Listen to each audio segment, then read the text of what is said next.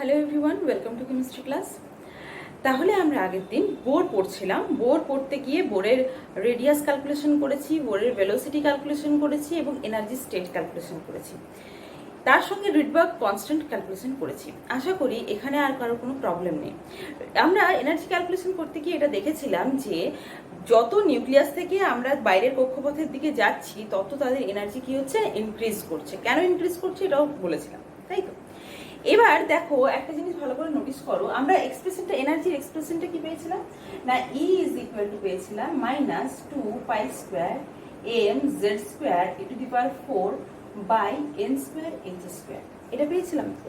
এবং আমরা দুটো এনার্জি স্টেটের মধ্যে ডিফারেন্সও ক্যালকুলেট করেছিলাম, তাই না? দুটো এনার্জি স্টেটের মধ্যে ডিফারেন্স বলতে ধরো এটা নিউক্লিয়াস এবং এটা দুটো এনার্জি স্টেট। এটা মনে করো E1, এটা E2। তাহলে স্বভাবতই আমরা দেখতে পাচ্ছি নিউক্লিয়াস থেকে এটা বাইরের কক্ষপথ, এটা ভেতরের কক্ষপথ, তাহলে কার এনার্জি বেশি হবে?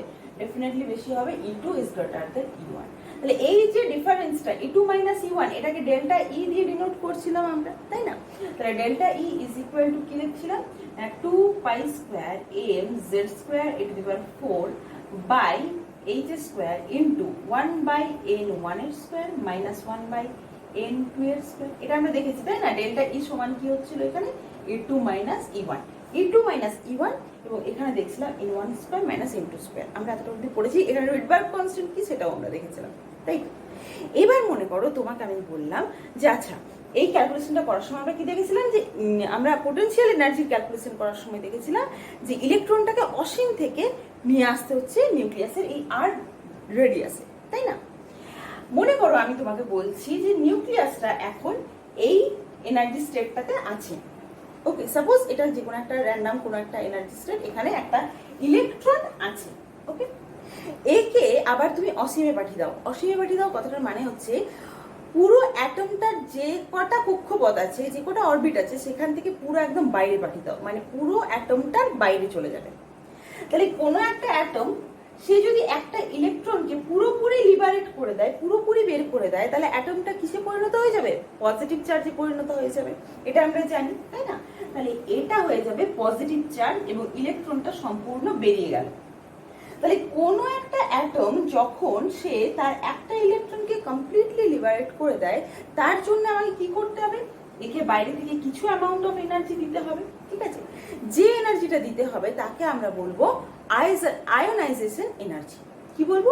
Ionisation energy. এটা আয়নে কনভার্ট হয়ে গেল না, কোনো একটা অ্যাটম সে পজিটিভ আয়নে কনভার্ট হয়ে গেল।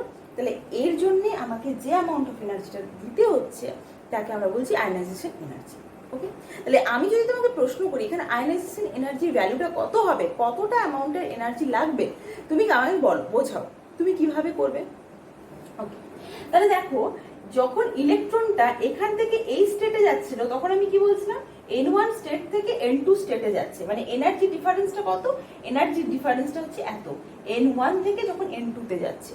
এবার n1 থেকে বা n2 থেকে যে কোনো একটা স্তর থেকে আমি কমপ্লিটলি রিমুভ করে দিচ্ছি, মানে কোথায় চলে যাচ্ছে ইলেকট্রনটা? ইনফিনিটিতে। যেখান থেকে যাবে সেটা হচ্ছে লোয়ার এনার্জি স্টেট, যেখান থেকে যাবে সেটা হচ্ছে লোয়ার এনার্জি স্টেট, বারবার বলছি মনে রাখবে। ওকে, তাহলে সেটা হচ্ছে লোয়ার এনার্জি স্টেট মানে n1। n1 থেকে কোথায় যাবে না ইনফিনিটিতে, মানে এক্ষেত্রে n2টা কত হবে না ইনফিনিটি। ওকে, এবার মনে করো এটা হচ্ছে সাপোজ 1 নাম্বার কক্ষপথ, এটা 2 নাম্বার কক্ষপথ। তাহলে এখানে n1 এর ভ্যালুটা কত? n1 এর ভ্যালুটা হচ্ছে 2, মানে 2 নাম্বার কক্ষপথ থেকে ইলেকট্রনটা বের হচ্ছে। তাহলে n1 ইজ ইকুয়াল টু 2। কোথায় যাবে না ইনফিনিটিতে যাবে, n2 ইজ ইকুয়াল টু কত? ইনফিনিটি। ক্লিয়ার হয়েছে? এবার আমি বলছি তাহলে এই অ্যাটমটার এই জায়গাটার থেকে ইলেকট্রনটাকে তুমি কমপ্লিট রিমুভ করতে কতটা এনার্জি লাগবে তুমি ক্যালকুলেট করো। তাহলে এই কক্ষপথটা তুমি দেখতে পাচ্ছ, এই কক্ষপথটা হচ্ছে 2 নাম্বার কক্ষপথ, মানে n1 ইজ ইকুয়াল টু কত বসাবো আমরা? 2। তার মানে delta E is equal to 2π² mz² e⁴ by h² into 1/n1 এর জায়গায় কত বসবে না 2 এর স্কয়ার, মাইনাস কোথায় ইলেকট্রনটাকে পাঠাচ্ছি আমরা? ইনফিনিটিতে, পুরোপুরি অ্যাটমটা থেকে বাইরে, ঠিক আছে? তাহলে n2 এর ভ্যালু কত বসবে না infinity. Clear? 1/infinity is equal to কত হয়? 0 is equal to 2π² mz² e⁴ by h² into 1/4, তাই না? মাইনাস এটা 0 হয়ে গেল, এই ভ্যালুটা 0 হয়ে গেল। এবার দেখো 2 পাই ভ্যালু বসাতে পারবে, m ইলেকট্রনের মাস অফ ইলেকট্রন বসাতে পারবে। জেড, যে অ্যাটমটা নিয়ে কথা বলা হচ্ছে তার অ্যাটমিক নাম্বার। জেড মানে কি, যে অ্যাটমটা নিয়ে কথা বলা হচ্ছে তার অ্যাটমিক নাম্বার। ওকে, তাহলে জেড, আমি সাপোজ মনে করো আমি এখানে হাইড্রোজেনের কথাই বলছি, তাহলে জেড ইজ ইকুয়াল টু কত হয়ে যাবে 1, তাহলে জেড এর জায়গায় কত বসাবে 1। ই মানে হচ্ছে গিয়ে চার্জ অফ ইলেকট্রন, ইলেকট্রনের চার্জ কত আমরা সবটাই জানি, এখানে বসাবে। এইচ কি, প্ল্যাঙ্কস কনস্ট্যান্ট, এইচ হচ্ছে প্ল্যাঙ্কস কনস্ট্যান্ট। পুট করলে যদি আমি 2 পাই ভ্যালু হচ্ছে 3.14 তার square, M mass of electron কত 9.11 into 10 to the power minus 31 KG. Okay, Z is equal to 1 এর স্কোয়ার, তাই না, যেহেতু হাইড্রোজেন ধরছি। ওকে, ই two the power 4, E two the power 4 মানে হচ্ছে গিয়ে এসআই ইউনিট, তো তারপর 6 into 10 to the power minus 19 coulomb,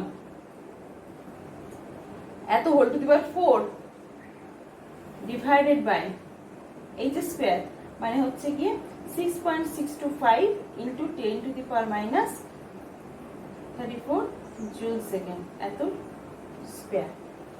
ওকে, তাহলে এই ভ্যালুটা ইন্টু 1/4, তাই না, এই ভ্যালুটা ইন্টু 1/4 আমি সামনে লিখে দিলাম, একই ব্যাপার। এটা যদি তোমরা ক্যালকুলেট করো, ক্যালকুলেশন করে কি আসছে নিজেরা অবশ্যই বসাবে। ওকে, মানে এতটা অ্যামাউন্ট অফ এনার্জি তাকে দিতে হবে two liberate this electron from this atom. ঠিক আছে, এখান থেকে কমপ্লিটলি রিমুভ করার জন্য এতটা অ্যামাউন্ট, এত জুল, এখানে জুল বেরোবে। ঠিক আছে, পার অ্যাটম, একটা অ্যাটম থেকে এত জুল অ্যামাউন্টের এনার্জি সেখান থেকে, মানে একটা অ্যাটমের জন্য এতটা অ্যামাউন্টের এনার্জি আমি যদি দিই তবেই একটা মাত্র ইলেকট্রন ওই অ্যাটমটার থেকে বেরোবে এবং ওই অ্যাটমটা একটা পজিটিভ চার্জে কনভার্ট হবে। ক্লিয়ার, এতটা বোঝা গেছে? এই প্রসঙ্গে আমি একটা কথা বলে রাখি, আমাদের আয়নাইজেশন এনার্জির কথা যেটা বললাম, আয়নাইজেশন পোটেনশিয়াল আর আয়নাইজেশন এনার্জি, আমি যেটা বললাম সেটা একটা অ্যাটমের জন্য বললাম তো, কিন্তু আয়নাইজেশন এনার্জির আসল ডেফিনেশনটা হচ্ছে একটা অ্যাটমের জন্য যে এনার্জিটা দিতে হবে সেটাকে আয়নাইজেশন পোটেনশিয়াল বলছি না, আয়নাইজেশন পোটেনশিয়াল বলছি এইরকম একটা একটা একটা একটা একটা একটা মিলে কতগুলো অ্যাটম থাকবে সেখানে, অ্যাভোগাড্রো সংখ্যক। ক্লিয়ার হয়েছে? অ্যাভোগাড্রো সংখ্যক বা 1 মোল, 1 মোল অ্যাটম থেকে অ্যাটমকে যে এনার্জিটা তুমি দেবে তার ফলে 1 মোল ওই অ্যাটমটা ইউনিপজিটিভ আয়নে পরিণত হলো। মানে অ্যাভোগাড্রো সংখ্যক অ্যাটম অ্যাভোগাড্রো সংখ্যক আয়নে পরিণত হওয়ার জন্য যে অ্যামাউন্টের এনার্জি তাকে আমাদের দিতে হবে সেই এনার্জিটাকেই বলা হচ্ছে আয়নাইজেশন পোটেনশিয়াল। তাহলে আমরা এখানে যে ক্যালকুলেশনটা করলাম সেটা একটা মাত্র অ্যাটমের জন্য করলাম। এবার এখানে যদি তোমাকে আয়নাইজেশন এনার্জির কথা বলা হয় তার মানে এখানে তোমাকে গুণ করতে হবে কোন সংখ্যাটা দিয়ে, 1 মোল বার করার জন্য অ্যাভোগাড্রো সংখ্যক। মানে এখানে যে মনে করো এই ক্যালকুলেশনটা করে দেখবে, ঠিক আছে, মনে করো এক্স এলো, এক্স জুল পার অ্যাটম এটা এলো। এবার এটাকে আয়নাইজেশন পোটেনশিয়াল হিসেবে রিপ্রেজেন্ট করার জন্য তোমাকে অবশ্যই এই এক্স এর সাথে কত গুণ করতে হবে, অ্যাভোগাড্রো সংখ্যা গুণ করতে হবে, তাহলে 1 মোল হয়ে গেল। তাহলে এটা লিখবো 1 জুল পার মোল। ক্লিয়ার হয়েছে? এটাকেই আমি বলছি আয়নাইজেশন পোটেনশিয়াল। ক্লিয়ার? তাহলে আমরা বোর পড়েছি, এবার তাহলে তার হাইড্রোজেন স্পেকট্রা সম্পর্কে একটু দেখে নিই। ঠিক আছে, তাহলে বোর হাইড্রোজেন নিয়ে কাজ করেছিলেন, মানে একটা ইলেকট্রন আছে এরকম কোনো অ্যাটম নিয়ে কাজ করেছিলেন, মানে হাইড্রোজেন নিয়ে কাজ করেছিলেন। ওকে, তাহলে দেখো এখন প্রশ্নটা হতেই পারে যে হাইড্রোজেনের তো মাত্র তাহলে একটাই মাত্র ইলেকট্রন, তাই না? তাহলে একটাই যদি ইলেকট্রন হয় তাহলে বোরের যখন আমরা স্পেকট্রাটা দেখেছিলাম তখন সেখানে দেখেছিলাম 6খানা স্পেকট্রা পাওয়া যায়, 6খানা লাইন স্পেকট্রা পাওয়া যায়। তাহলে একটা ইলেকট্রন থেকে 6টা লাইন স্পেকট্রা আমি কিভাবে পাচ্ছি দেখো এখানে এক্সপ্লেন করছি। এখানে মনে করো এটা হাইড্রোজেনের নিউক্লিয়াস। ওকে, এটা হাইড্রোজেন অ্যাটম নিয়ে কথা বলা হচ্ছে এখানে। এটা হচ্ছে তার নিউক্লিয়াস। নিউক্লিয়াস মানে নিউক্লিয়াসের মধ্যে শুধুমাত্র প্রোটন আছে। হাইড্রোজেনের নিউক্লিয়াসে নিউট্রন থাকে না, আমরা জানি। হাইড্রোজেন, ঠিক আছে, প্রোটিয়াম। ওকে, তাহলে তার এটা হচ্ছে 1 নম্বর কক্ষপথ। 2 নম্বর কক্ষপথ, একটা কথা মনে রাখবে, যটাই ইলেকট্রন থাকুক, একটা থাকুক না থাকুক অনেকগুলো থাকুক, এই যে কক্ষপথের সংখ্যা বা অরবিটের সংখ্যা সেটা কিন্তু 7, ওটা কিন্তু ফিক্সড। মানে ইলেকট্রন একটা থাকুক বা 100টা থাকুক, number of orbital is fixed. আর সেটা কত না 7, 7টা অরবিটাল আছে, প্রত্যেকের মধ্যে আছে। তাহলে এটা যদি হাইড্রোজেনের নিউক্লিয়াস হয়, এটা হাইড্রোজেনের নিউক্লিয়াস। তাহলে এটা হচ্ছে 1 নাম্বার কক্ষপথ, 2 নাম্বার, 3 নাম্বার, 4, 5, 6 and 7। ক্লিয়ার হয়েছে? ওকে, তাহলে এখানে এটা মনে করো n is equal to 1, এটা 2, 3, 4, 5, 6, 7। ভালো করে বুঝবে, এটা K, L, M, N, O, P and Q, N capital, O, P, Q capital letter আমরা এদেরকে এক্সপ্রেস করি। ওকে, এবার ইলেকট্রনটা আছে কোথায়? ইলেকট্রনটা আছে 1 নাম্বার, প্রথম কক্ষপথে। ইলেকট্রন সব সময় মানে যদি সব ফাঁকা থাকে তাহলে যেটা লোয়েস্ট এনার্জি স্টেট সেখানেই ইলেকট্রন থাকবে। ঠিক আছে, লোয়েস্ট এনার্জি স্টেট থেকে ক্রমাগত হাইয়েস্ট এনার্জি স্টেটের দিকে যাবে। ক্লিয়ার? তাহলে নিউক্লিয়াসের চারপাশেই 7টা কক্ষপথ, 7টা কক্ষপথের হাইড্রোজেনের মাত্র একটা ইলেকট্রন আছে যে 1 নাম্বার অরবিটের মধ্যে ঘোরাফেরা করছে। ক্লিয়ার? বোর এটা বলেছিলেন। বোর আর কি বলেছিলেন যে এই ইলেকট্রনটা ওই 1 নাম্বার কক্ষপথে আছে, মানে কিন্তু 1 নাম্বার কক্ষপথেই আছে, সে 1 নাম্বার থেকে 2, 3, 4, 5 এমনি চলে যাবে না। কখন যাবে না, যদি সে বাইরে থেকে কোনোভাবে এনার্জি পায় তাহলে সে সেই এনার্জিটাকে অ্যাবজর্ব করবে। অ্যাবজর্ব করে কিরকম এনার্জি অ্যাবজর্ব করলো তার উপর ডিপেন্ড করে সে তার হায়ার এনার্জি স্টেটে যাবে। ক্লিয়ার হয়েছে? এবার আমি এখানে কটা হাইড্রোজেন কে গেছি? মাত্র একটাই হাইড্রোজেন কে গেছি। কিন্তু তুমি যখন প্র্যাকটিক্যালি হাইড্রোজেন নিয়ে এক্সপেরিমেন্ট করবে তখন কি শুধুমাত্র একটা হাইড্রোজেনের অ্যাটম নিয়ে করবে? তা নিশ্চয়ই নয়। চারপাশে প্রচুর হাইড্রোজেন থাকবে, হাইড্রোজেনের অ্যাটম প্রচুর থাকবে, একটা তো মানে আলাদা করে ফিল্টার করে একটা অ্যাটম নেওয়া পসিবল নয়, তাই না? তাহলে এখানে কি হবে, তুমি যখন এক্সপেরিমেন্টটা করবে সেখানে প্রচুর হাইড্রোজেন থাকবে। তাহলে সমস্ত হাইড্রোজেনের মধ্যে বাইরে থেকে তুমি যখন এনার্জিটা দেবে, এনার্জি কিভাবে দেবে? এনার্জি তুমি দুটো কন্ডিশনে দিতে পারো, একটা হিট এনার্জি দিতে পারো কিংবা লাইট এনার্জি, কোনো রে এনার্জি দিতে পারো, তাই না? লাইট এনার্জি দিতে পারো, দুইভাবে এনার্জি দেওয়া যায়। হয় তাপ দিতে হবে, না হলে তোমাকে আলো ফেলতে হবে। ক্লিয়ার? এবার সেখান থেকে ওই ইলেকট্রনটা একটা ফোটনকে অ্যাবজর্ব করবে। লাইট যদি দাও তাহলে একটা ফোটনকে অ্যাবজর্ব করবে, তাই না? সেই ফোটনকে অ্যাবজর্ব করে তার এনার্জি, যতটা এনার্জি সে অ্যাবজর্ব করবে সেই মতো সে উচ্চ শক্তি স্তরে যাবে। ক্লিয়ার? তাহলে ইলেকট্রনটা এখন কোথায় আছে? এখন যেখানে যে স্টেটে আছে সেটাকে আমরা বলবো গ্রাউন্ড স্টেট বা ভূমি স্তর।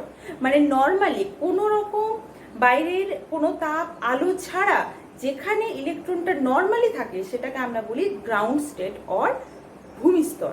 ক্লিয়ার? তাহলে এর ভূমি স্তর কি? 1 নাম্বার কক্ষপথ। ওকে, বাইরে থেকে যখনই তুমি তাকে হিট দেবে বা লাইট দেবে, মানে কোনো একটা এনার্জির কোনো একটা রেডিয়েশন যখনই তুমি তাকে দেবে তখন সে সেই এনার্জিটা অ্যাবজর্ব করবে এবং সেখানে কি হবে, সেখানে এক্সাইটেড হবে। ঠিক আছে, মানে এনার্জিটা অ্যাবজর্ব করে সে সেখানে একটা এনার্জি গেন করে নিলে কি হবে, এক্সাইটেড হয়ে যাবে। মনে করো তুমি শান্তশিষ্ট হয়ে চুপচাপ বসে আছো, তুমি গ্রাউন্ড স্টেটে আছো, আমি তোমাকে বাইরে থেকে ভীষণ পেনিট্রেট করছি, ভীষণ উত্তেজিত করছি। ঠিক আছে, তাহলে তুমি ওই জায়গাটাতেই বসে আছো কিন্তু তুমি উত্তেজিত হয়ে যাচ্ছ, রেগে যাচ্ছ। ঠিক আছে, সাপোজ তাহলে ওই জায়গাটাতেই বসে আছো কিন্তু তোমার টেম্পারেচার এখন কি হয়েছে, ইনক্রিজ করে গেছে। সেই রকম এখানে এর এনার্জিটা কি হবে, ইনক্রিজ করে যাবে। এনার্জি ইনক্রিজ করলে সঙ্গে সঙ্গে সে কোথায় চলে যাবে, সে তার করসপন্ডিং কোনো একটা হায়ার এনার্জি স্টেটে চলে যাবে। এবার আমি আবার রিপিট করছি, এখানে একটা মাত্র হাইড্রোজেন নিয়ে কথা হচ্ছে না, হাইড্রোজেন নিয়ে কথা হচ্ছে অনেক, অসংখ্য হাইড্রোজেন আছে সেখানে। তাহলে এই ইলেকট্রনটা মনে করো সে আমি কত নাম্বার এনার্জি স্টেটে পাঠালাম, 4 নাম্বারে পাঠালাম। মনে করো আরেকটা হাইড্রোজেন, এখানে তো একটা নেই, অসংখ্য আছে, কোনো একটা হাইড্রোজেন সে 1 নাম্বার থেকে চলে গেল 5 নাম্বারে। ঠিক আছে, 1 নাম্বার থেকে চলে গেল 5 নাম্বারে, সাপোজ 6 নাম্বারে দেখিয়ে দিলাম। কেউ চলে গেল 2 নাম্বারে, কেউ চলে আসছে 7 নাম্বারে, মানে যে যেখানে খুশি চলে যাচ্ছে 3 নাম্বারে। এরকম করে মানে অনেক অসংখ্য হাইড্রোজেন আছে। এখানে আমি একটার মধ্যেই দেখাচ্ছি, কিন্তু একটা ইলেকট্রন তো একটাই মাত্র এনার্জি স্টেটে যেতে পারে, তাই না? তাহলে কোনো একটা হাইড্রোজেনের ইলেকট্রন যদি 4 নাম্বারে যায় তাহলে সে কিন্তু আর 3 নাম্বারে বা 5 নাম্বারে যাবে না। সে আবার যদি বাইরে থেকে এনার্জি গ্রহণ করে তখন সে যাবে, কিন্তু একটা ফোটন অ্যাবজর্ব করলে সে একটাই মাত্র উচ্চ শক্তি স্তরে যেতে পারে। সেই রকম মনে করো আমি বলছি এই ইলেকট্রনটা এখানে গেছে, অন্য একটা হাইড্রোজেনের ইলেকট্রন 1 নাম্বার থেকে গেছে 6 নম্বরে, আরো অন্য কোন একটা হাইড্রোজেনের অ্যাটম সে 1 নাম্বার থেকে গেছে 2 নম্বরে। এইরকম করে নানান শক্তি স্তরে যেতে পারে। কোথায় কোথায় যেতে পারে? 1 থেকে 2 যেতে পারে, 1 থেকে 3 যেতে পারে, 1 থেকে 4 যেতে পারে, 5 যেতে পারে, 1 থেকে 6 যেতে পারে, 1 থেকে 7 যেতে পারে। ওকে, কতক্ষণ অবধি সে যাবে, গিয়ে উচ্চ শক্তি স্তরে সে থাকবে? যতক্ষণ পর্যন্ত তুমি বাইরের যে শক্তিটা দিচ্ছ সেই শক্তিটা যতক্ষণ পর্যন্ত তুমি দেবে ততক্ষণ পর্যন্ত সে উচ্চ শক্তি স্তরে থাকবে, উচ্চ শক্তি স্তরে যাবে। তুমি যখনই হিট দেওয়া বা রেডিয়েশন দেওয়াটা বন্ধ করে দিলে, এই রেডিয়েশন দেওয়াটা বন্ধ করে দিলে, চেক করে দিলে আর রেডিয়েশন যাচ্ছে না, সঙ্গে সঙ্গে কি হবে বলতো? ওরা যে উচ্চ শক্তি স্তরে গিয়ে পৌঁছেছিল সেখান থেকে আবার কোথায় চলে আসবে? আবার গ্রাউন্ড স্টেটে ফিরে চলে আসবে। বাইরের থেকে এনার্জি দেওয়া তুমি যখনই বন্ধ করে দেবে তখনই ওরা আবার কোথায় চলে আসবে? নিজেদের গ্রাউন্ড স্টেটে চলে আসবে। তাহলে ছিল কোথায় প্রথমে? গ্রাউন্ড স্টেটে। এনার্জি পেয়ে উচ্চ শক্তি স্তরে গেছে, মানে এক্সাইটেড স্টেটে গেছে। ঠিক আছে, কতক্ষণ অব্দি সে যাবে? যতক্ষণ অব্দি বাইরের এনার্জিটা তুমি সাপ্লাই করতে পারবে। যেই সাপ্লাই করা বন্ধ করে দিলে অমনি তারা হুড়মুড় করে আবার কোথায় ফেরত চলে আসবে? না, গ্রাউন্ড স্টেটে চলে আসবে। ক্লিয়ার হয়েছে? মানে মনে করো তুমি বাড়িতে চুপচাপ বসেছিলে, তোমাকে প্রলোভন দেখিয়ে বাইরে কোথাও একটা নিয়ে যাওয়া হয়েছে। ঠিক আছে, তাহলে বাইরে তুমি কতক্ষণ অব্দি থাকবে? যতক্ষণ তোমাকে ওই প্রলোভনটা দেখানো হবে, যতক্ষণ তোমাকে ওই জিনিসটা দেওয়া হবে। মনে করো কিছু টাকা দেওয়া হচ্ছে বা কিছু দেওয়া হচ্ছে। ওকে, তো এবার যেই দেওয়াটা বন্ধ করে দেওয়া হলো, টাকা পয়সা দেওয়াটা বন্ধ করে দেওয়া হলো, তোমরা আবার কি করবে? না, বাড়ি ব্যাক করবে। তাই তো, সেম অবস্থা এখানে। তাহলে কি হচ্ছে? না, ইলেকট্রনটা উচ্চ শক্তি স্তরে চলে গেছে। এবার তুমি বাইরে এনার্জি দেওয়াটা বন্ধ করে দিয়েছো, তারা কোথায় ফেরত আসবে? এবার উচ্চ শক্তি স্তরে থেকে আবার গ্রাউন্ড স্টেটে ব্যাক করবে। ঠিক আছে, এক্সাইটেড স্টেট টু গ্রাউন্ড স্টেটে আবার তারা ব্যাক করে আসবে। ঠিক আছে, তাহলে কোথা থেকে ব্যাক করতে পারে? যেখানে যেখানে উঠেছিল সেখান থেকে ব্যাক করতে পারে। এবার মনে করো সাপোজ ইলেকট্রনটা যখন উচ্চ শক্তি স্তরে গেছিল তখন এনার্জি অ্যাবজর্ব করে নিয়ে গেছিল। যখন ব্যাক করবে তখন যে এনার্জিটা সে অ্যাবজর্ব করেছিল সেই এনার্জিটাকে ছাড়তে ছাড়তে ব্যাক করবে, লিবারেট করতে করতে ব্যাক করবে। ক্লিয়ার? তাহলে যখন 7 নাম্বার কক্ষপথ থেকে 1 নাম্বার কক্ষপথে আসবে, মনে করো 7 থেকে 1-এ আসছে, কিংবা 6 থেকে 1-এ আসছে, কিংবা 5 থেকে 1-এ আসছে, কিংবা 4 থেকে 1-এ আসছে, বা 3 থেকে 1-এ আসছে, বা 2 থেকে 1-এ আসছে। মোট কথা যে কোনো উচ্চ শক্তি স্তর থেকে যদি গ্রাউন্ড স্টেট 1 নম্বরে ফিরে আসে তখন যে পট্টিটা পাবো, যে স্পেকট্রাটা পাবো, যে লাইনটা পাবো সেটাকে আমরা বলছি লিমেন সিরিজ। কি বলবো? লিমেন সিরিজ। তাহলে এই পট্টিটা পাচ্ছি লিমেন সিরিজ। ক্লিয়ার? মানে এখানে লিখছি, ওকে, n is equal to 2, 3, 4, 5, 6, 7, n2 উচ্চ শক্তি স্তর কে আমি n2 দিয়ে রিপ্রেজেন্ট করছি। ঠিক আছে, আর গ্রাউন্ড স্টেট কে আমি n1 দিয়ে রিপ্রেজেন্ট করছি 1।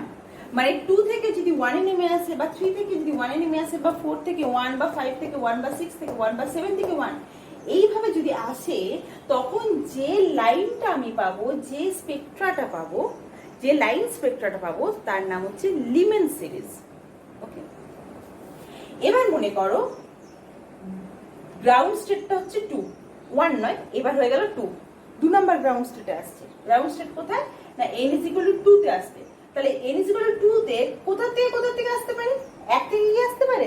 না, একটা n এর চাইতেও ছোট এনার্জি স্তর, কম শক্তি সম্পন্ন স্তর, তাহলে ওখান থেকে এনার্জি গেইন করে n2 তে আসবে, কিন্তু এনার্জি লিবারেট করে তো আর n2 তে আসবে না। n1 থেকে n2 তে আসতে গেলে এনার্জি গেইন করতে হবে, ওই যে প্রথমেই সেটা হয়ে গেছে। কিন্তু আমি বলছি n2 তে উচ্চ শক্তি স্তর থেকে আসবে, এক্সাইটেড স্টেট থেকে n2 তে আসবে। তার মানে কোন কোন স্তর থেকে আসতে পারে? n2 এর চাইতে যারা বড় তাদের থেকে আসতে পারে। মানে n2 is equal to suppose 3, 4, 5, 6, 7, এখান থেকে যদি গ্রাউন্ড স্টেট কত হয়ে গেল এখানে 2, এখানে ফিরে আসে, তখন তার মানে কেমন দেখতে হবে সেটা? সাপোজ এরকম ভাবে আসছে, এইভাবে আসছে, এইভাবে আসছে, এইভাবে আসছে, ওকে, এটা পরে বলছি, ঠিক আছে? তাহলে এই যে স্পেকট্রাটা পেলাম, এই যে লাইন স্পেকট্রাটা আমি পাচ্ছি, এই স্পেকট্রাটাকে বলা হচ্ছে বামার সিরিজ, বামার সিরিজ। ওকে, এবার মনে করো গ্রাউন্ড স্টেটটা হচ্ছে 3, n1 is equal to 3, মানে এবার কোথা থেকে আসবে? 7 থেকে যেতে পারে, 6 থেকে যেতে পারে, 5 থেকে যেতে পারে, আর 4 থেকে যেতে পারে। মানে n2 is equal to 4, 5, 6, 7 R n1 is equal to সেক্ষেত্রে 3। এই লাইনটা যখন আমি পাবো, এই স্পেকট্রাটা যখন আমি পাবো, তখন তাকে কি বলবো? প্যাসান, প্যাসান। ওকে, নেক্সট কি হতে পারে? নেক্সট 4 এ আসতে পারে, n is equal to 4, সেটা কোথা থেকে আসতে পারে? 7 থেকে, 6 থেকে, আর 5 থেকে। এটাকে কি বলবো? Bracket, bracket. ওকে, এবার মনে করো n is equal to 5, 5 এ যখন সবাই ব্যাক করবে তখন সেটাকে বলছি ফুন্ড, PFUND, ফুন্ড সিরিজ বা ফান্ড সিরিজ। আর এইটা হচ্ছে কি হামফ্রিজ সিরিজ, মানে n is equal to 7 থেকে n is equal to যখন 6 এ ব্যাক করবে তখন সেটাকে বলছি। ক্লিয়ার? বোঝা গেছে? তাহলে আমি কি বললাম না, ইলেকট্রনটা এনার্জি গেইন করে সে তার গ্রাউন্ড স্টেট থেকে হায়ার যে কোনো এনার্জি স্টেটে চলে যেতে পারে, ঠিক আছে? যদি ইলেকট্রনটা মানে 1 নাম্বার কক্ষপথে ফিরে আসে, যেখান থেকে আসুক না কেন, 1 নাম্বারে যদি ফিরে আসে, উচ্চ শক্তি স্তর থেকে যদি 1 নাম্বার আসে তখন তাকে লিমেন বলবো। উচ্চ শক্তি স্তর থেকে যদি 2 নাম্বারে আসে তখন তাকে বামার বলবো। উচ্চ শক্তি স্তরে 3 এ এলে প্যাশন, উচ্চ শক্তি স্তর থেকে 4 এ যদি আসে তখন ব্র্যাকেট, উচ্চ শক্তি স্তর থেকে যদি 5 এ আসে তখন ফুন্ড, আর উচ্চ শক্তি স্তর থেকে মানে 7 থেকে যদি 6 এ আসে তখন তাকে বলবো হামফ্রিজ সিরিজ, ঠিক আছে? তাহলে এখানে যে অ্যামাউন্টের এনার্জি লিবারেট করবে, এখানে নিশ্চয়ই সে অ্যামাউন্টের এনার্জি লিবারেট করবে না, কেননা দেখো এই এনার্জি গ্যাপটার তুলনায় এই এনার্জি গ্যাপটা কম। 1 থেকে 7 এর যে এনার্জির গ্যাপ, 1 থেকে 6 এর মানে 2 থেকে 7 এর এনার্জির গ্যাপটা নিশ্চয়ই তার তুলনায় কম, মানে এখানে কম অ্যামাউন্টের এনার্জি লিবারেট করবে।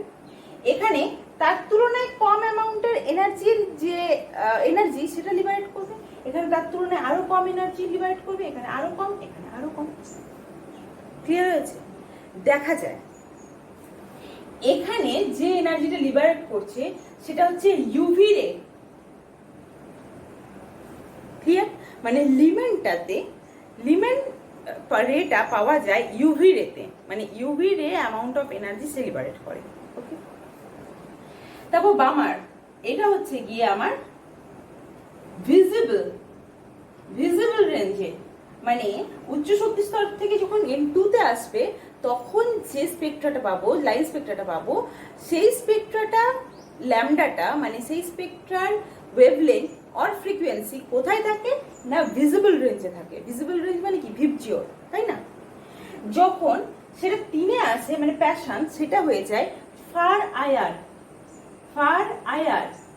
ওকে, আর এরা সরি ফার আইআর না, নিয়ার আইআর। আর এরা বাকি যে 3টে থাকে এদের 3টেকেই পাওয়া যায় ফার আইআর স্পেকট্রাম। কথাটা ক্লিয়ার হয়েছে? মানে হচ্ছে যখন তারা 1 নাম্বার কক্ষপথে আসবে তখন কোন এনার্জিটা লিবারেট করবে? ইউভি। ক্লিয়ার? যখন সেটা তারা এনার্জি উচ্চ স্তর থেকে যখন নিম্ন স্তরে আসবে তখন কোন এনার্জিটা লিবারেট করবে না ভিজিবল রেঞ্জের এনার্জি লিবারেট করবে। তারপর যখন 3 নাম্বারে ফেরত আসবে তখন কোন অ্যামাউন্টের এনার্জি লিবারেট করবে না নিয়ার আয়ার। এবং দেখা যায় যে 7 থেকে যখন 4 এ আসুক বা 7 থেকে 5 এ আসুক বা 7 থেকে 6 এ আসুক, এই যে রেঞ্জটা এটা পাওয়া যায় ফার আয়ারে। ক্লিয়ার হয়েছে প্রত্যেকের? ক্লিয়ার? আচ্ছা, এখানে একটা ছোট্ট প্রশ্ন, আমাকে বলতে পারবে এই যে আমরা ছখানাই তো পেলাম, একটা সিরিজ, দুটো সিরিজ, 3টে সিরিজ, 4টে, 5টা, 6টা, 6খানা যে সিরিজ আমরা পেলাম, এই সিরিজের মধ্যে কোন সিরিজটা একদম শুরুতে ইনিশিয়ালি ডিটেক্ট করা গেছিল? বলতে পারবে কেউ কোন সিরিজটাকে আমরা প্রথম ডিটেক্ট করতে পেরেছিলাম? এখানে কোনটা কোনটাকে আমরা দেখতে পাবো? এই যে এতগুলো এনার্জির কথা বলা হচ্ছে, UV, visible, IR, far IR, near IR, এই যে এতগুলো লাইটের কথা বলা হচ্ছে, এখানে কোন রেঞ্জটাকে আমরা খালি চোখে দেখতে পাই? অবশ্যই ভিজিবলকে দেখতে পাই। তার মানে বামার সিরিজকে প্রথম ডিটেক্ট করা গেছিল, মানে 7খানা সিরিজের মধ্যে বামারকে প্রথম ডিটেক্ট করা গেছিল। এবং এই প্রত্যেকটা সিরিজের নাম আসলে বিজ্ঞানীদের নাম অনুযায়ী, যে বিজ্ঞানী এগুলো আবিষ্কার করেছিলেন তাদের নাম অনুযায়ী, লিমেন, বামার, প্যাসান, ব্র্যাকেট, ফান্ড আর হামফ্রিস, এগুলো সব বিজ্ঞানীদের নাম অনুযায়ী। তাহলে প্রথম কোন হাইড্রোজেন স্পেকট্রাটা ডিটেক্ট করা গেছিল? না যেটা ভিজিবল রেঞ্জে আছে, কোনটা? না 2 নম্বরে যে ব্যাক করছে, মানে বামার সিরিজ। মনে থাকবে, প্রত্যেকের কাছে এটা ক্লিয়ার হয়েছে? ওকে, তাহলে দেখো আমরা বোর পড়লাম। বোর থেকে আমরা কি কি দেখতে পেলাম? বোর তাহলে সফল হলো কি হলো না এটা একটু দেখে নিই। অবশ্যই বোর সফল, কেননা দেখো বোর প্রথমত আমাদের রাদারফোর্ড একটা অ্যাটমের স্টেবিলিটি যথাযথ এক্সপ্লেনেশন দিতে পারেননি, কিন্তু বোর যথাযথ এক্সপ্লেনেশন দিয়েছিলেন। তিনি কি বলেছিলেন? যে ইলেকট্রনগুলো আসলে নিউক্লিয়াসকে ঘিরে বৃত্তাকার কক্ষপথে যে ঘুরছে, এই বৃত্তাকার কক্ষপথটা আসলে এনার্জি স্টেট, একটা স্টেশনারি এনার্জি স্টেট, এবং ওই ইলেকট্রনটা ওই স্টেশনারি এনার্জি স্টেটের অ্যামাউন্টের এনার্জি নিয়ে ওখানে ঘুরছে, তাই না? একটা শক্তি স্তর, ফিক্সড অ্যামাউন্টের শক্তি স্তর, এবং সেই এনার্জি স্টেটে ওই ইলেকট্রনটা অতটা অ্যামাউন্টের এনার্জি সে লিবারেট করে ওই এনার্জি স্টেটটাতে আছে। মানে সেই এনার্জি স্টেটে থাকার জন্য তাকে অসীম থেকে যখন ছুটে আসতে হয়েছিল, তাকে এনার্জি লিবারেট করে ওই এনার্জি, ওই শক্তি স্তরটা তাকে গেইন করতে হয়েছে, তাই না? তাহলে প্রত্যেকটা ইলেকট্রন আসলে নিজস্ব শক্তি স্তরে ঘোরাফেরা করে। ওকে, ইলেকট্রনগুলো যে কোনো শক্তি স্তরে যেখানে যখন খুশি ছুটে যেতে পারে না, যতক্ষণ না পর্যন্ত তুমি বাইরে থেকে শক্তি দেবে বা শক্তি উইথড্র করে নেবে, তাই তো? তাহলে স্টেবিলিটির এক্সপ্লেনেশনটা তিনি দিতে পারলেন। দ্বিতীয়ত, আমরা দেখো বোর পড়তে পড়তে আমরা অ্যাটমের রেডিয়াস সম্পর্কে একটা ভালো মানে একটা ধারণা পেলাম, তাই না? এনার্জির ক্যালকুলেশন করতে পারলাম। ইলেকট্রনটা যে নিউক্লিয়াসকে কেন্দ্র করে ঘুরছে, তার ভেলোসিটিটা কি সেটা আমরা ক্যালকুলেশন করে নিয়েছি। হাইড্রোজেন, একটা হাইড্রোজেনের মাত্র একটা ইলেকট্রন, অথচ সেখানে এতগুলো স্পেকট্রা, 6খানা স্পেকট্রা কেন পাই, সেটার একটা প্রপার এক্সপ্লেনেশন পেয়ে গেলাম। ওকে, তাহলে বোর অবশ্যই আমাদের মানে অ্যাটমের কনসেপ্ট সম্পর্কে একটা ভালো ধারণা দিয়েছিলেন। তাহলে এগুলো তো বোরের পস্টুলেটস বা বোরের সাফল্য, তাই না? তাহলে বোরের ত্রুটি আছে নাকি? অবশ্যই আছে। একটা টিনি পার্টিকেল নিয়ে কাজ করা, তার গঠন সম্পর্কে আলোচনা করা, সেটাও আবার 1913 সালে, যখন যন্ত্রপাতি এতটাও উন্নত ছিল না। তাহলে নিশ্চয়ই সেখানে কিছু না কিছু ড্রব্যাক তো থাকবেই, তাই না? তাহলে ড্রব্যাক কোথায়? ড্রব্যাক দেখা যাচ্ছে যে দেখো হাইড্রোজেনের এই যে 7টা শক্তি স্তর আমরা যদি আঁকি এইভাবে পরপর, তাহলে আমরা কি বলছিলাম? যে 1 নম্বরে যখন আসছে, যে কোনো শক্তি স্তর থেকে যখন এক নম্বরে আসছে, তখন তাকে আমরা কি বলছিলাম? লিমেন সিরিজ বলছিলাম, তাই না? 2 নম্বরে যখন আসছে তখন তাকে বামার সিরিজ বলছিলাম, ঠিক আছে? 3 নম্বরে যখন আসছে তখন প্যাসান, তারপর ব্র্যাকেট, ফুট আর হামফ্রিস, এরকম করে বলছিলাম তো। তাহলে এই যে লাইন স্পেকট্রাগুলো আমরা পাচ্ছিলাম, এই চওড়া লাইন স্পেকট্রাটাকে দেখো, আমরা লাইন স্পেকট্রাটাকে আমরা এইভাবে দিতে পারি তো। লিমেন সিরিজ মনে করো, সাপোজ এটা লিমেন, বামার, মাঝখানটা ব্ল্যাক, তাই না? তাই এটা লাইন স্পেকট্রা। লিমেন, বামার, প্যাসান, ব্র্যাকেট, ফুন আর হামফ্রিস। তাহলে এই যে 6টা লাইন স্পেকট্রা আমি পাচ্ছি, এই 6টা লাইন স্পেকট্রাতে দেখা যায় যখন দেখো স্পেকট্রোমিটার যেটা, সেটাও তো দিন দিন অ্যাডভান্স হচ্ছে, তাই না? তাহলে যে স্পেকট্রোমিটারটা নিয়ে ইনিশিয়ালি কাজ করা হয়েছিল, 2 বছর 3 বছর পরে যখন আরো অ্যাডভান্স স্পেকট্রোমিটার পেয়ে গেলাম, তখন আমরা দেখতে পাচ্ছি যে এই লাইন স্পেকট্রার পাশে আরো ছোট ছোট ছোট ছোট ছোট ছোট সূক্ষ্ম সূক্ষ্ম লাইন, ঠিক আছে? এরকম পাশে ছোট ছোট ছোট ছোট ফাইন লাইন পাওয়া যাচ্ছে, প্রত্যেকটার পাশে এরকম ফাইন লাইন পাওয়া যাচ্ছে। তো এই ফাইন লাইনগুলো কেন পাওয়া যাচ্ছে তার এক্সপ্লেনেশন কিন্তু বোর দিতে পারলেন না। ক্লিয়ার? উনি শুধুমাত্র এই লাইনটারই এক্সপ্লেনেশন দিয়েছিলেন, কিন্তু প্রত্যেকটা লাইনের পাশে কেন ফাইন লাইন পাওয়া যায়, ছোট ছোট সূক্ষ্ম সূক্ষ্ম লাইন কেন পাওয়া যায়, তার এক্সপ্লেনেশন বোর দিতে পারলেন না।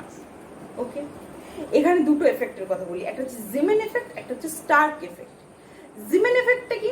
মনে করো একটা অ্যাটমকে আমি ম্যাগনেটিক ফিল্ডের মধ্যে রেখেছি, ঠিক আছে? ম্যাগনেটিক ফিল্ডের মধ্যে রেখেছি, তাহলে ম্যাগনেটিক ফিল্ড থেকেও তো সেই এনার্জি অ্যাবজর্ব করে গ্রাউন্ড স্টেট থেকে হায়ার এনার্জি স্টেটে যাবে। সেই হায়ার এনার্জি স্টেট থেকে তো আবার সে তার গ্রাউন্ড স্টেটে ফিরে আসবে এনার্জি লিবারেট করতে করতে, তখনও তো আমি লাইন স্পেকট্রা পাবো, তাই না? তাহলে যদি মানে ম্যাগনেটিক ফিল্ড থেকে আমরা এই লাইন স্পেকট্রাটা পাই বা স্প্লিটিংটা হয়, তখন তাকে বলবো জিমেন এফেক্ট। আর যদি এটাকে ইলেকট্রিক ফিল্ডে রাখা হয়, কিসে বললাম, ইলেকট্রিক ফিল্ডে রাখা হয়, তখন যখন এই লাইন স্পেকট্রাটা পাবো তখন তাকে আমরা বলছি স্টার্ক এফেক্ট। ক্লিয়ার? মানে আমরা তাকে এনার্জি তো অনেক রকম ভাবে দিতে পারি। আমরা তড়িৎ চুম্বকীয় শক্তি বা ম্যাগনেটিক এনার্জি দিতে পারি, ওকে, কিংবা দিতে পারি কি লাইট এনার্জি দিতে পারি, কিংবা ইলেকট্রিক এনার্জি দিতে পারি। তো দেখা যায় আমরা ম্যাগনেটিক ফিল্ডে রাখলেও এইভাবে লাইন স্পেকট্রা পাওয়া যায়, আবার ইলেকট্রিক ফিল্ডে রাখলেও লাইন স্পেকট্রা পাই। তো যদি আমি ম্যাগনেটিক ফিল্ডে পাওয়ার সময় যে এফেক্টটা পাচ্ছি সেটাকে আমি বলছি জিমেন এফেক্ট, আর যখন ইলেকট্রিক ফিল্ডে রাখছি তখন তাকে বলছি স্টার্ক এফেক্ট। ঠিক আছে? তো তার ফলে এই যে লাইন স্পেকট্রাটা পাচ্ছি তার এক্সপ্লেনেশন কিন্তু বোর দিতে পারলেন না। ঠিক আছে? তাহলে এটা বোরের একটা ব্যর্থতা। উনি বলেছিলেন, মনে আছে আমরা ফার্স্ট পস্টুলেটেই পড়েছিলাম mvr is equal to nh by 2 pi, পড়েছিলেন কিনা? mvr is equal to nh by 2 pi। তাহলে এখানে mvr is equal to nh by 2 pi এটা কোন ম্যাথমেটিক্যাল এক্সপ্লেনেশন থেকে তিনি বার করলেন বা কিভাবে এটার ব্যাখ্যাটা তিনি দিলেন, মানে উনি এটা লিখে প্রপার এক্সপ্লেনেশন তিনি দিয়েছিলেন এবং এটা আমাদের যথেষ্ট কাজে লেগেছিল, বাট এটা তিনি কিভাবে নিয়ে এলেন, কিভাবে পেলেন, তার এক্সপ্লেনেশন কিন্তু বোর দিতে পারেননি। ওকে, এবার হচ্ছে গিয়ে ঘটনাটা দেখো, যখন রাদারফোর্ড অ্যাটম সম্পর্কে কথা বলেছিলেন তখন ক্লাসিক্যাল কনসেপ্ট অনুযায়ী বলেছিলেন। আমরা ক্লাসিক্যাল কনসেপ্টের পরে কোন কনসেপ্ট পড়লাম? ক্লাসিক্যাল কনসেপ্টের পরে আমরা কোয়ান্টাম কনসেপ্ট পড়লাম। তাহলে এখানে Bohr classical concept and quantum concept দুটোকে একসঙ্গে কাজে লাগিয়েছিলেন। ওকে, মডার্ন কনসেপ্ট কাজে লাগিয়েছিলেন, কিন্তু তার যথাযথ থিওরিটিক্যাল এক্সপ্লেনেশন তিনি এখানে দিতে পারেননি। ঠিক আছে? তাই আমরা বলতে পারি যে বোরের থিওরির মধ্যেও প্রচুর ড্রব্যাকস আছে। ঠিক আছে? এবার এইটাকে ক্রমাগত আবার সলিউশন কিভাবে পাওয়া যায় সেটাই আমাদের দেখতে হবে। তো যাই হোক, এখানেই আমাদের বোর বা বোরের অ্যাটমিক স্ট্রাকচার এখানেই আমাদের শেষ হচ্ছে। ওকে, এখানে এই প্রসঙ্গে একটা কথা বলে রাখি, দেখো আমরা রাদারফোর্ডের পরে বোর এলাম, তো তাহলে রাদারফোর্ডের সাথে বোরের পরমাণুর মডেলের কি কি সামঞ্জস্য আছে আর কি কি সিমেট্রি আছে, কি কি ডিসিমেট্রি আছে, সেগুলো আমরা একটু দেখবো। ওকে, রাদারফোর্ডও দেখো অ্যাটমটাকে বৃত্তাকার কল্পনা করেছিলেন, মানে বৃত্ত হিসেবে কল্পনা করেছিলেন। বোরও বৃত্ত হিসেবে কল্পনা করলেন। রাদারফোর্ডও বলেছিলেন যে নিউক্লিয়াসের বাইরে ইলেকট্রনগুলো ঘোরাফেরা করে, বোরও তাই বললেন। নিউক্লিয়াসের মধ্যে সমস্ত পজিটিভ চার্জ থাকে, বোরও সেটাতে এগ্রি করছেন। ঠিক আছে? আর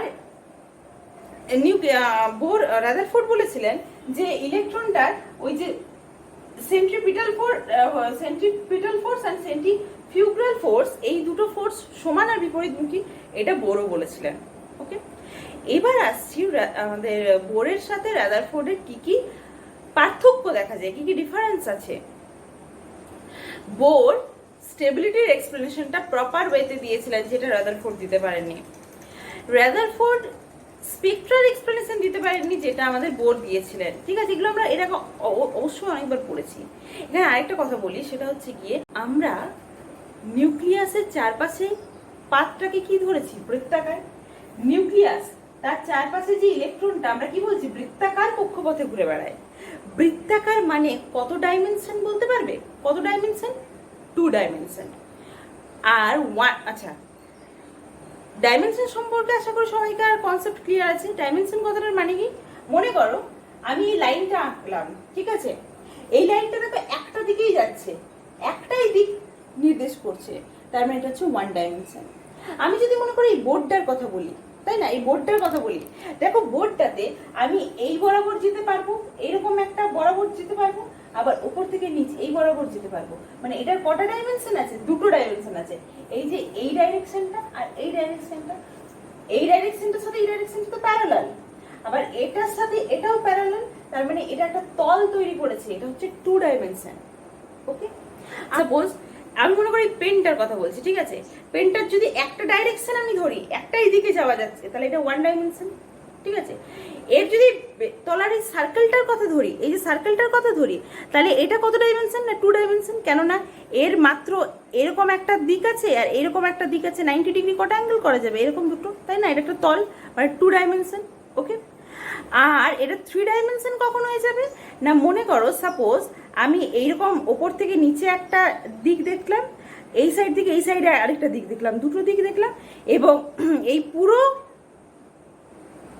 মানে লেন্সটা আমি যদি ধরে নিই, তার 3টে দিক হয়ে গেল কি না? যদি 3টে দিক হয়ে যায় তাহলে সেটা 3 ডাইমেনশন। আমাদের চারপাশে যা কিছু আমরা দেখতে পাচ্ছি সবই তো 3 ডাইমেনশন। একটা লাইন হচ্ছে 1 ডাইমেনশন, তল হচ্ছে এই যে ফ্লোরটা, ঠিক আছে, বা ছাদটা, এটা হচ্ছে 2 ডাইমেনশন। একটা ফ্লোর, দুটো ডাইরেকশন আছে তার, ঠিক আছে। আর এই যে রুমটার কথা যদি আমরা ধরি তাহলে 3 ডাইমেনশন, কেননা এরকম এক্স একটা ডাইরেকশন আছে, এরকম ওয়াই ডাইরেকশন আছে, তাহলে একটা তল পেলাম, আর তার সঙ্গে উচ্চতাও তো আছে, তাহলে 3টে তল পেয়ে যাচ্ছি, তার মানে এটা হচ্ছে 3 ডাইমেনশন। প্রকৃতিতে তো সবকিছু 3 ডাইমেনশন, কিন্তু বোর বা রাদারফোর্ড এই যে অ্যাটমটাকে কি বলেছিলেন? যে ইলেকট্রনগুলো তার চারপাশে কি কক্ষপথে ঘুরছে? বৃত্তাকার কক্ষপথে ঘুরছে, মানে 2 ডাইমেনশনাল কনসেপ্ট দিয়েছিলেন। তার মানে আমরা 3Dর কোনো কনসেপ্ট এখানে পাচ্ছি না, তাহলে এটাও তো একটা লিমিটেশন, তাই না? তাহলে এখানে আমাদের বোরের পড়া কমপ্লিট হচ্ছে। আমরা তাহলে পরের দিনকে বোরের যেখান মানে যে জায়গাটাতে বোর আটকে গেছেন সেখান থেকে শুরু করব, অর্থাৎ পরের দিনকে আমরা সামারফিল্ডের থিওরি পড়বো। ওকে, সামারফিল্ড মডিফিকেশন পড়বো। ক্লিয়ার? ওকে, স্টে টিউনড।